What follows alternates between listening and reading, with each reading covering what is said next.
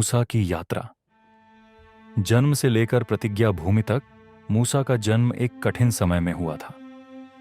Israel के लोग मिस्र में गुलाम थे और फिरौन ने आदेश दिया था कि सभी इब्रानी लड़कों को मार दिया जाए ताकि उनकी बढ़ती संख्या को नियंत्रित किया जा सके। अपनी जान बचाने के लिए मूसा की मां ने उसे एक टोकरी में रखकर नील नदी में बहा दिया। टोकरी बहते हुए फिरौन की बेटी के पास पहुंची, जिन्होंने उस बच्चे को देखा और उसे अपनाया। उन्होंने उसका नाम मूसा रखा, जिसका अर्थ था पानी से निकाला गया। मूसा मिस्र के राजमहल में पला बढ़ा और फिरौन की बेटी का पुत्र बनकर जीवन बिताया। उसे मिस्र की शिक्षा मिली और वह सम्राट के महल में रहने वाला एक सुखी जीवन जी रहा था। लेकिन उसका दिल हमेशा अपनी गुलाम इब्रानी जाति के लिए दुखी था। एक दिन मूसा ने देखा कि एक मिस्री अधिकारी एक इब्रानी मजदूर को पीट रहा था। गुस्से में आकर मूसा ने उस मिस्री को मार डाला और उसका शव रेत में छिपा दिया।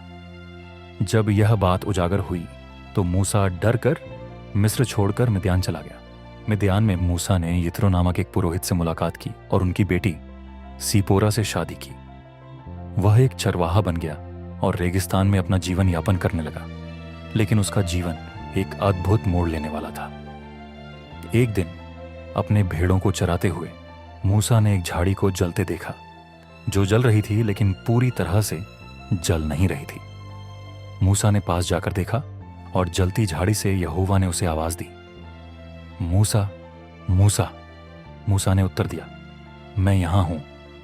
यहोवा ने मूसा से कहा कि वह उसे मिस्र भेजे ताकि वह इजरायलियों को गुलामी से मुक्त कराए। मूसा ने शुरुआत में अपनी क्षमताओं पर सवाल उठाया, लेकिन यहोवा ने आश्वासन दिया कि वह हर कदम पर उसके साथ रहेंगे।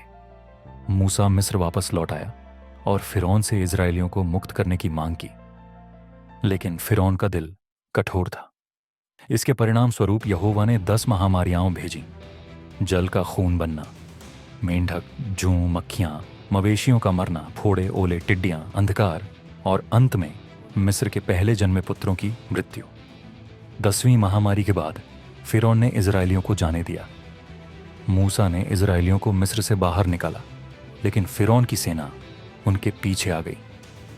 जब वे लाल सागर के पास पहुंचे तो यहोवा ने मूसा के हाथ से सागर को अलग कर दिया और इजरायली उस पर चलकर पार कर गए। जब फिरौन की सेना उनका पीछा करने आई तो सागर वापस आ गया और वे डूब गए। इजरायलियों ने जंगल में यात्रा की और यहोवा ने उन्हें चमत्कारी रूप से भोजन और पानी दिया। उन्होंने आकाश से मन्ना भेजा और जब इजरायली प्यासे थे तो मूसा से कहा कि वह एक चट्टान को मारे, जिससे पानी बहने लगा। बावजूद इसके इजरायली अक्सर नाराज होते और यहोवा की आज्ञाओं का उल्लंघन करते।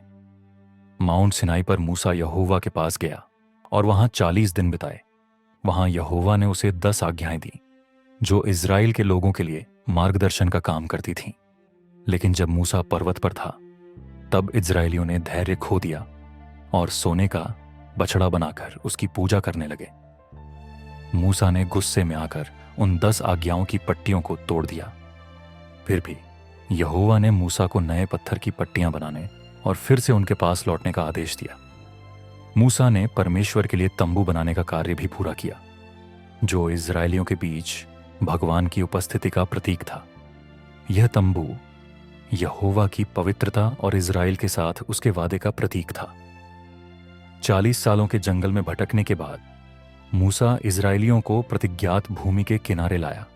हालांकि उसे मीरिबा में चट्टान को मारे जाने की वजह से प्रतिज्ञात भूमि में प्रवेश की अनुमति नहीं मिली। वह पर्वत नेबो से उस भूमि को देख पाया, लेकिन उसे उसमें प्रवेश नहीं मिला। उसके बाद यहोशू को परमेश्वर ने नेतृत्व सौंपा और वह इजरायलियों को प्रतिज्ञात भूमि में प्रवेश कराने के लिए आगे बढ़ा। इस प्रकार मूसा की यात्रा एक टोकरी में एक बच्चे से लेकर महान नेता तक की थी, जिसने परमेश्वर के लोगों को उनके कष्टों से मुक्त कराया। वह प्रतिज्ञात भूमि में प्रवेश नहीं कर पाया, लेकिन उसकी विरासत एक प्रेरणा बनकर लोगों के दिलों में जीवित रहती है।